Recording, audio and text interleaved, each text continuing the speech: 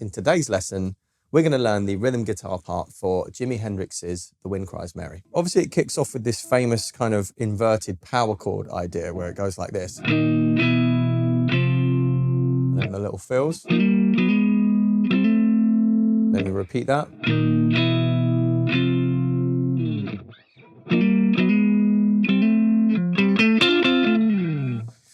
So, what's going on here? Essentially what we're doing is we're approaching the tonic chord, which is F, as I mentioned earlier, we're in the key of F. We're just approaching it chromatically from a tone down. So we're starting on an E flat power chord here, to an E, working up to the F, okay? What makes it sound interesting is the fact that Jimi is also playing the fifth below. So essentially, that's our root note of each power chord, but he's also barring a fourth below that note, which is a fifth, the fifth in relation to the tonic of each chord. So essentially that's the fifth, octave below. So that note is now on the bottom and it really thickens the chord up. You get this kind of much sort of bassier sound, I guess you could say. So, and yeah, that's essentially what we're doing, is just using that shape, going up from E flat to F, and then we have this kind of little sort of licks, I guess we'll call them licks, you know, the Hendrix hammer-on type thing, just here.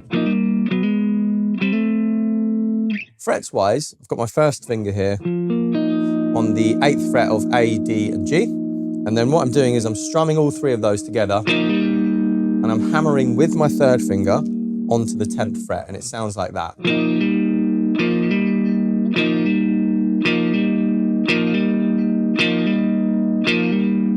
And you want to do it fairly quick, the hammer-on, so like... And then we just work up, again, chromatically with that exact same lick. So we go... So all I've done is moved from the 8th fret, 9th fret, up to the 10th fret. Like so. So just take your time with that little bit there for now. Just get used to going... And then on to the next part. And back to the power chords.